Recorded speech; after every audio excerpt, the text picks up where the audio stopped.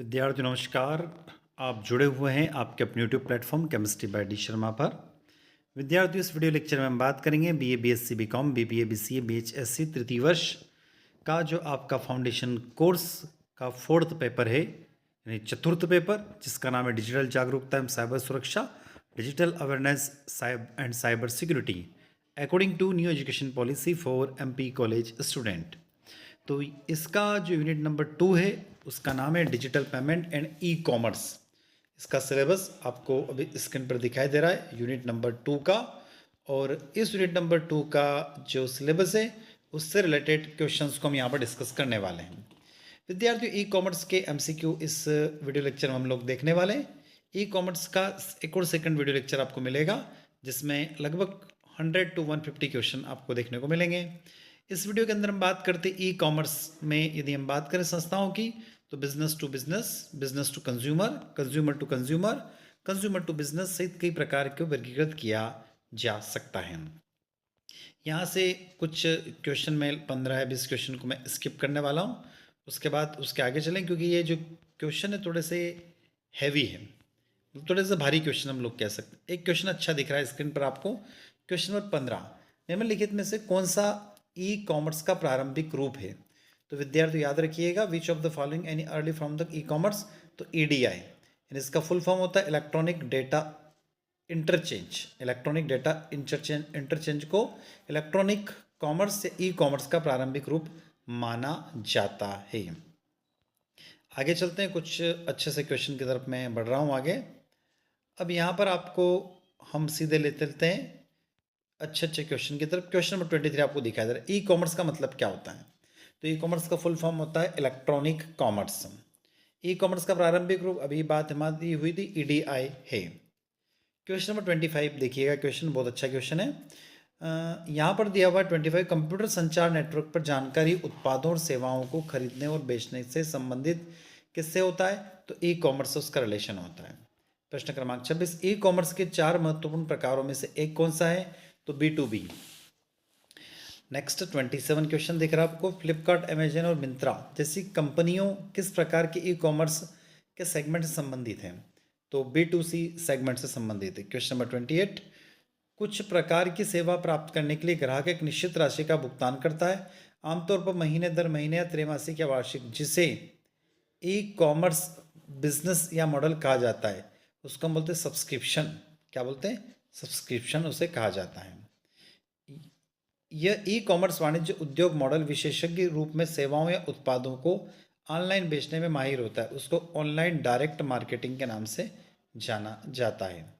अगला क्वेश्चन है, एक खुदरा प्रतिपूर्ति दृष्टिकोण है जिसमें एक दुकानदार अपने द्वारा बेचे जाने वाले सामान को स्टॉक में नहीं रखता है, उसको ड्रॉप शिपिंग कहते हैं। नेक्स्ट, कुछ विपणन कंपनियां अपने वेबसाइट, ब्लॉग और प्लेटफॉर्मों पर बैनर लगाने की अनुमति देने के लिए अन्य कंपनियों से शुल्क लेती हैं, जिन्हें ई कॉमर्स मॉडल के रूप में जाना जाता है। उसे क्या बोलते हैं? तो उसको हम एडवर्टाइजिंग बोलते हैं, विज्ञापन बोलते हैं उसको हम लोग।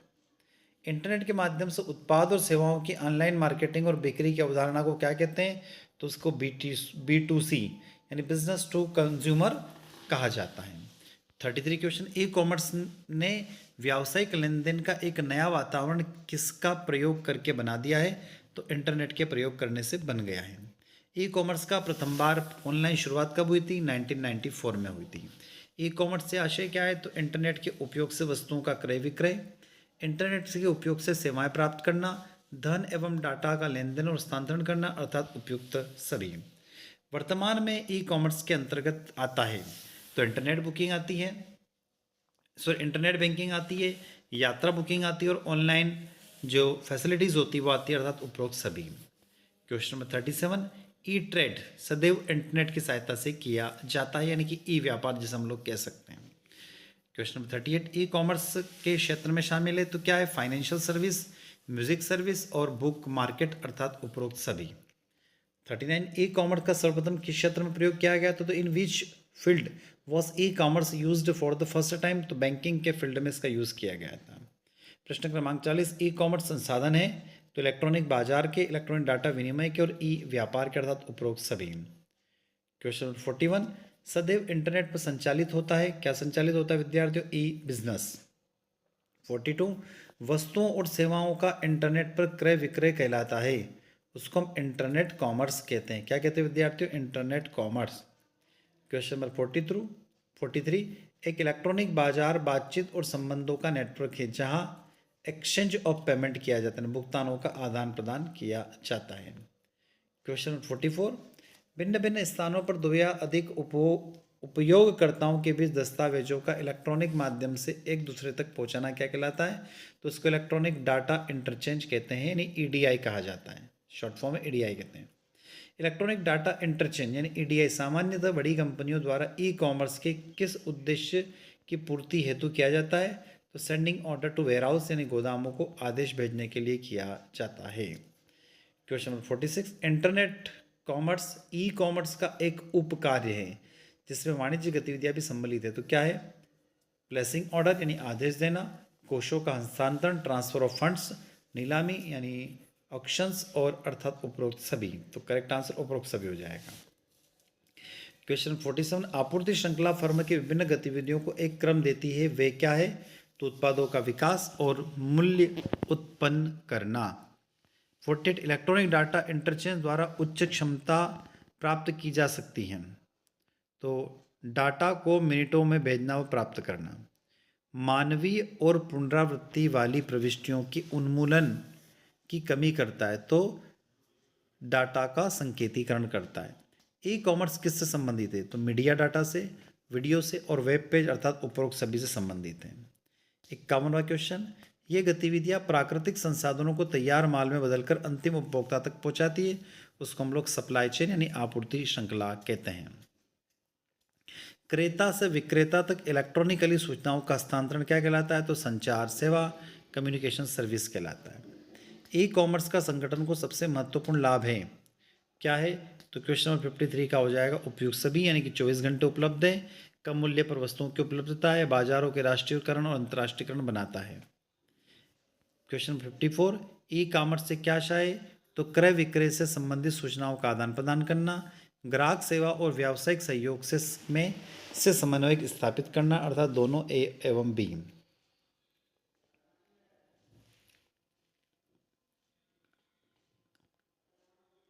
क्वेश्चन नंबर 55 व्यवसाय पर ई कॉमर्स का क्या प्रभाव होता है?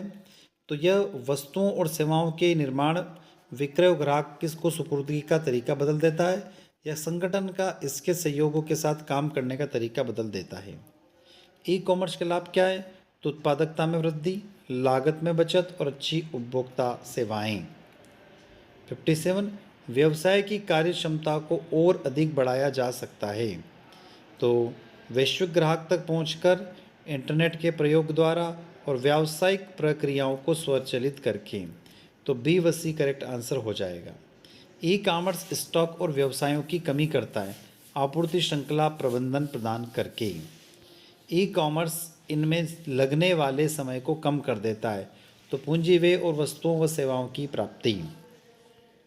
प्रश्न क्रमांक 60 ई कॉमर्स द्वारा ग्राहकों को कम खर्चीली वस्तुएं एवं सेवाएं प्रदान की जा सकती हैं, तो ए व बी दोनों करेक्ट आंसर है। तो ए है उन्हें अनेक जगह से खरीदारी करने का विकल्प देकर और शीघ्र तुलना करके।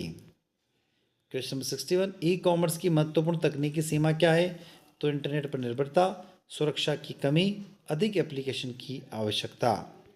62 क्वेश्चन ई कॉमर्स व्यवसाय की महत्वपूर्ण विशेषता क्या है? तो ऑनलाइन विक्रय व विक्रय संवर्धन। ई कॉमर्स की गैर तकनीकी सीमाएं क्या है? तो सुरक्षा एवं निजता, विश्वास में कमी, प्रणाली संघर्षण, अर्थात उपरोक्त सभी।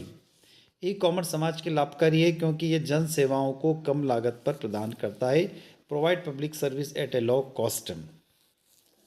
ई कॉमर्स एक संयुक्त प्रक्रिया है किसकी? इलेक्ट्रॉनिक डाटा एक्सचेंज की, इंटरनेट एप्लीकेशन की और इलेक्ट्रॉनिक मेल की, अर्थात उपरोक्त सभी। ई कॉमर्स तीसरी दुनिया के देशों के लोगों और ग्रामीण क्षेत्रों को सक्षम करता है, तो अधिक विकल्प प्रदान करके सक्षम करता है। 68 क्वेश्चन नंबर ई कॉमर्स का क्षेत्र बढ़ाया जा सकता है व्यावसायिक संबंधों के विकास के द्वारा। ई कॉमर्स की मुख्य विशेषता और उसकी प्रकृति को समझाइए। तो ये यूनिवर्सल है, सार्वभौमिकता है, इंटर कम्युनिकेशन यानी अंतर संचार है, टेक्नोलॉजी बेस्ड यानी तकनीकी आधार है, अर्थात उपरोक्त सभी हैं। प्रश्न क्रमांक 70, ई कॉमर्स का तकनीकी आधार क्या है? तो इंटरनेट है, प्रोटोकॉल है और www अर्थात उपरोक्त सभी। संपूर्ण ई कॉमर्स एप्लीकेशन का प्रदर्शन निर्भर करता है वेब सर्वर हार्डवेयर प्लेटफॉर्म पर।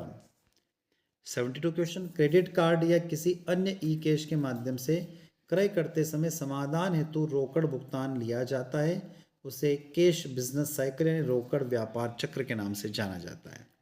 73 क्वेश्चन, वेबसाइट पर मकानों दुकानों की किराया बिक्री हेतु सूची प्रदर्शन करना क्या कहलाता है? तो ऑनलाइन रियल एस्टेट कहते हैं उसको। क्या कहते हैं विद्यार्थी? Online real estate. इंटरनेट पर फुटकर व्यापार को क्या कहते हैं? तो ई टेलिंग। क्या कहते हैं? ई टेलिंग। रिटेल ट्रेड जो होता है ना इंटरनेट पर, उसको हम ई टेलिंग के नाम से जानते हैं। क्वेश्चन नंबर 75, आयात निर्यात व्यापार में एक महत्वपूर्ण भूमिका है किसकी? इलेक्ट्रॉनिक पेमेंट की। क्वेश्चन नंबर 76, नेटवर्क पब्लिशिंग का सबसे प्रचलित साधन क्या है? तो www डॉट। 77 क्वेश्चन, सूचनाओं के प्रकाशन की प्रकृति तय की जाती है टेक्निकल स्टैंडर्ड के द्वारा यानी तकनीकी प्रमाप के द्वारा। 78 क्वेश्चन, सामग्री सूचनाओं दोनों ऊपर और नीचे की प्रवाहित होती है तो इन द सप्लाई चेन आपूर्ति श्रृंखला में। 79, जब आपूर्ति श्रृंखला का इलेक्ट्रॉनिक प्रबंधन किया जाता है तो वह कहलाती है, उसको हम ई सप्लाई चेन के नाम से ही जानते हैं। क्वेश्चन नंबर 80, छोटे व्यापार और व्यक्तियों को किसी रूप में वेब पर सामग्री विकसित करने का अवसर मिलता है HTML के फॉर्म में।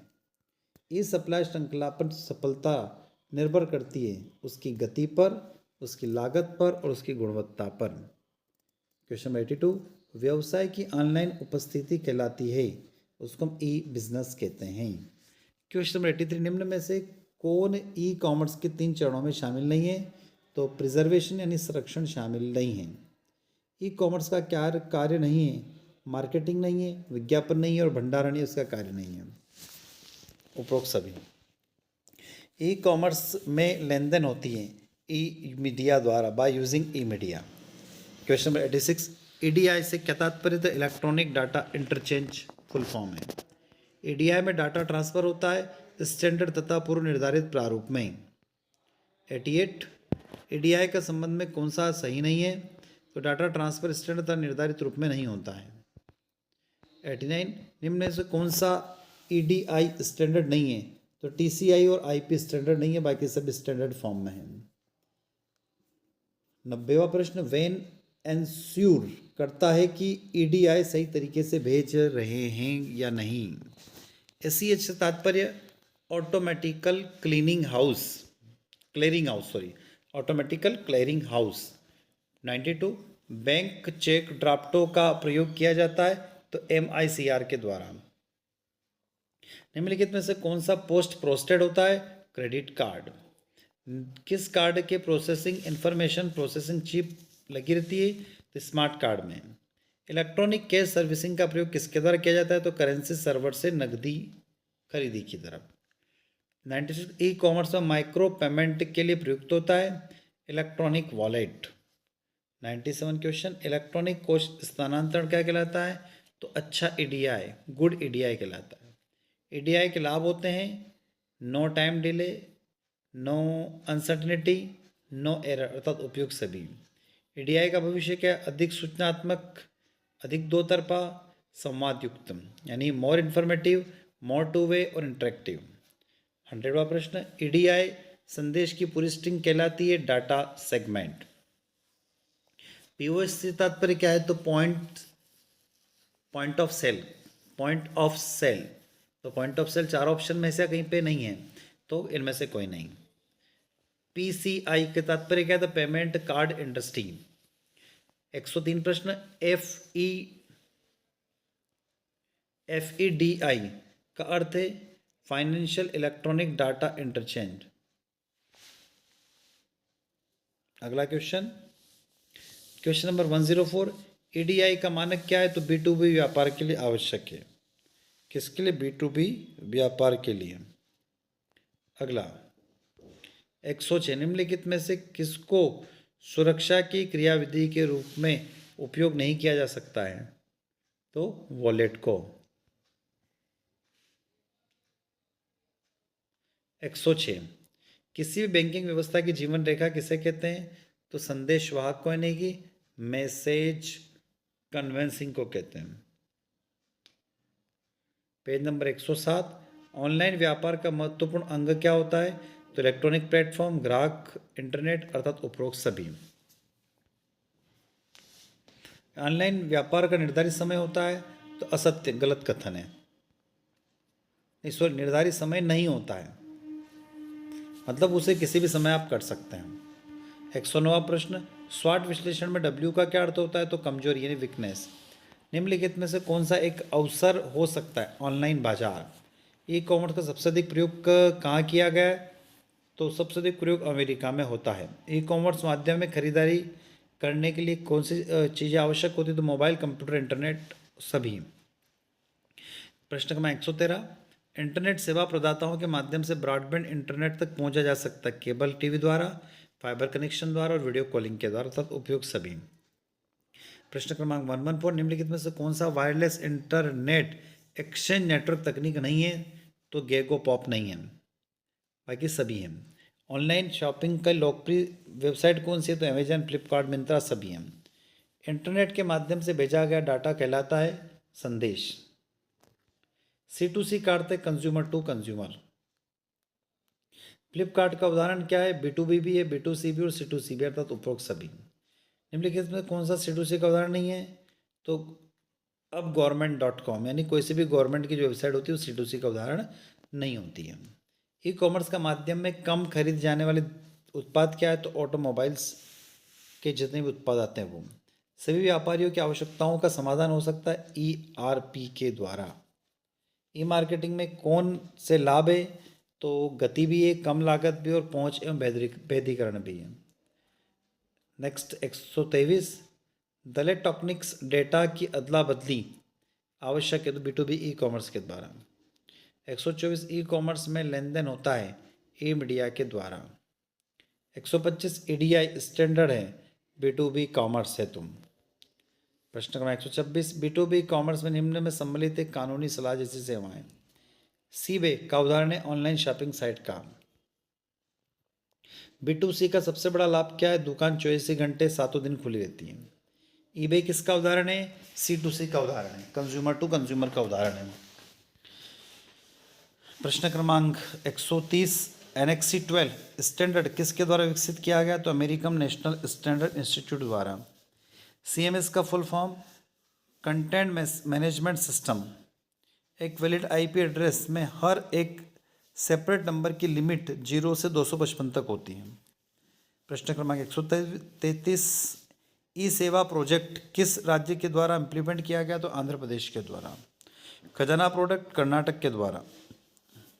स्वान का फुल फॉर्म क्या होता है? स्टेट वाइड एरिया नेटवर्क, जो कि अधिकतर गवर्नमेंट संस्थाओं में लगा रहता है। जो नेटवर्क वहाँ पे जो इंटरनेट कनेक्शन होते हैं उसको स्वान के नाम से जाना जाता है, उसका फुल फॉर्म है स्टेट वाइड एरिया नेटवर्क। प्रश्न क्रमांक 136, निम्नलिखित में से कौन सा ट्रांजिशन B2C के लिए उपयुक्त नहीं है? तो इनमें से कोई नहीं है। नहीं, एयरलाइन रिजर्वेशन उपयुक्त है, रेलवे स्टेशन भी उपयुक्त है और कपड़ा खरीदना भी उपयुक्त है B2C के लिए। निम्नलिखित में से कौन सा B2C यानी बिजनेस टू कंज्यूमर का यूज़र नहीं किया सकता है? तो प्रकाशक के लिए, विक्रेताओं के लिए और प्रिंटर्स के लिए, यानी तीनों के लिए हो सकता है। मिंत्रा B2B का भी उदाहरण है, C2B का उदाहरण और C2C का उदाहरण। Business to business, consumer to business और कंज्यूमर टू कंज्यूमर तीनों का उदाहरण है। वर्तमान में दुनिया में सबसे ज़्यादा रेवेन्यू जनरेट करने वाली ई कॉमर्स कंपनी कौन सी है? तो अमेजन है। मिचेल एल्ड्रिच ने 1979 में पहले ही ऑनलाइन शॉपिंग सिस्टम का डेमोन्स्ट्रेशन किया था। 141वां प्रश्न, यह एक इलेक्ट्रॉनिक कार्ड होता है जो एक माइक्रोचिप लगी होती है, जिसके द्वारा निजी जानकारी तथा डेटा का संग्रह किया जा सकता है। इसको स्मार्ट कार्ड कहते हैं। स्मार्ट कार्ड में हम कैश विड्रा कर सकते हैं, तो असत्य कथन है। 143वां, भीम एप्लीकेशन की ऑफिशियल वेबसाइट क्या है? तो www.bhimupi.org.in।